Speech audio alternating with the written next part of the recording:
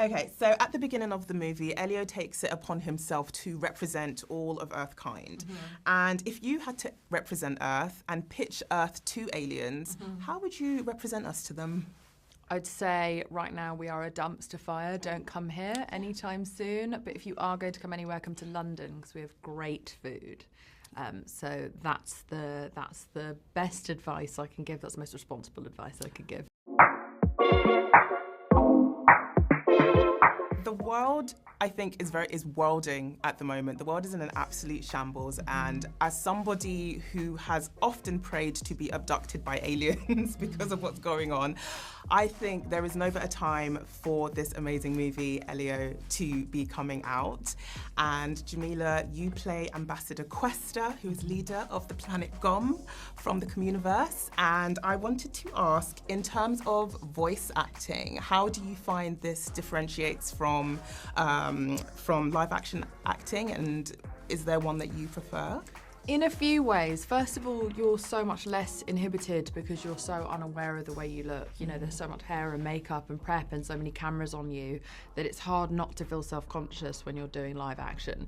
And yet you're in this dark room and all you can see is just about the faintest shadows of the creators. So you let out your proper inner child, like parts of me, I think, that have made me a better live action actor for having gotten rid of my inhibitions when doing voiceover.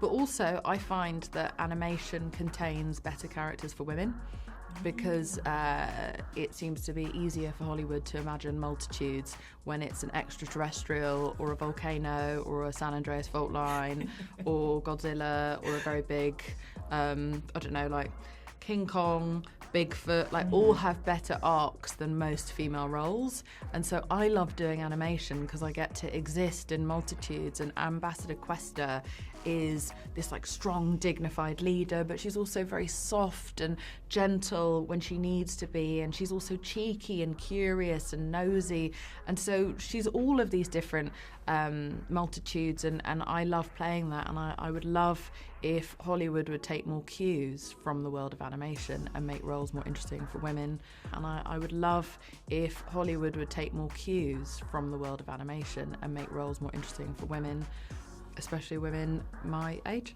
Yes, absolutely. It's definitely something that we need so much of. And I feel like with ELIO... Not that I don't love playing the eye-rolling girlfriend, but still, yeah.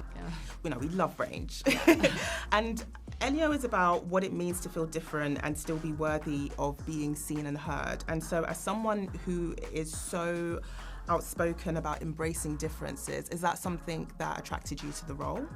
I think the thing that most attracted me to the role is that it's a story about loneliness, and I think that's something we don't talk about enough, and not feeling accepted where you are. And you and I have both experienced not feeling like we belong, especially when we were younger, and I think it's something that you don't feel comfortable to tell people that you feel because you are self-conscious, and it feels like a contagion. If you say you're lonely, other people will be like, oh, why are they lonely? I don't want to hang out with them.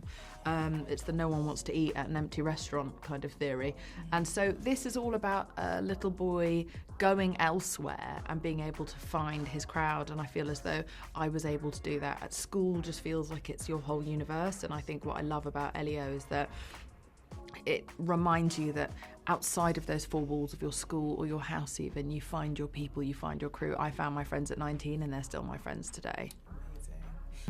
And with my last question, there is something really radical in how ELIO frames sensitivity and vulnerability as strengths. And how do you think that challenges the mainstream ideas of power and leadership, especially for young boys? It's a bit of a deep one. I think both Questa and ELIO exhibit leadership in a really beautiful way, where it shows that, you know, Grygon is a perfect example of how actually he's exhibiting what he thinks is force, but he's really very weak and he's not very respected.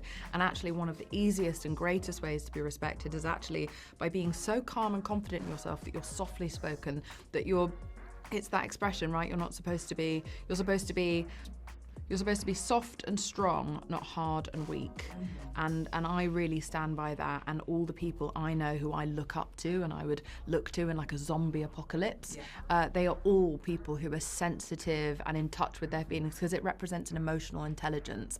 And I think that's what this film represents. This whole film is just a spoonful of sugar to help the medicine go down. It tells everyone that there is potential in you, untapped potential.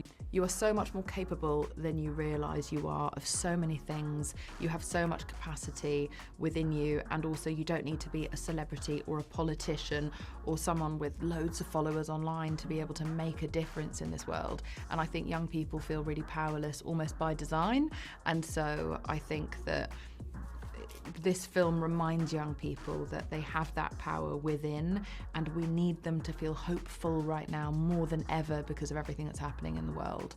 And so I feel very grateful to be a part of a film that puts the spoonful of sugar in that helps the medicine go down. Absolutely, thank you so much. And this film is so wholesome, and it's just such Just so like apt. me. Yes, absolutely. So no, thank you so much. Thank you so much. And yeah, Thank this you. movie was just gorgeous. And do you feel like I look like Questa? A little bit, yeah. It's giving like snatched cheekbones. Really? I was Yeah. feeling that we were identical. I love it.